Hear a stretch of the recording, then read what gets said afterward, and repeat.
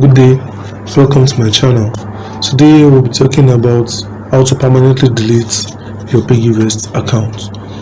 First, after launching your app and you have logged into it, then you follow this step-to-step process. Actually, PiggyVest does not have any automated delete account button or close accounts in their app or in the website settings.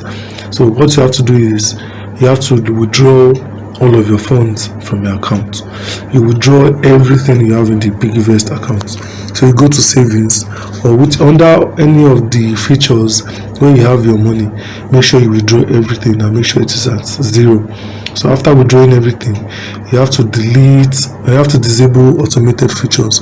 Go to the home page of the dashboard. When you have this enable autosave, if it is enabled, you have to disable it. So if it is disabled, you leave it that way. So by doing that, it is going to stop any form of recurring debits into your linked bank account or the debit cards you have saved to the PiggyVest account. After doing that, you have to unlink all payment methods. Go to your my account under the my card and bank settings. You have to delete all the saved debit cards you have there to make sure that there are no future charges in the future. Lastly, to complete your account deletion, what you have to do is send an email to PiggyVest support. Their email address is contact@piggivest.com. So send an email address to them.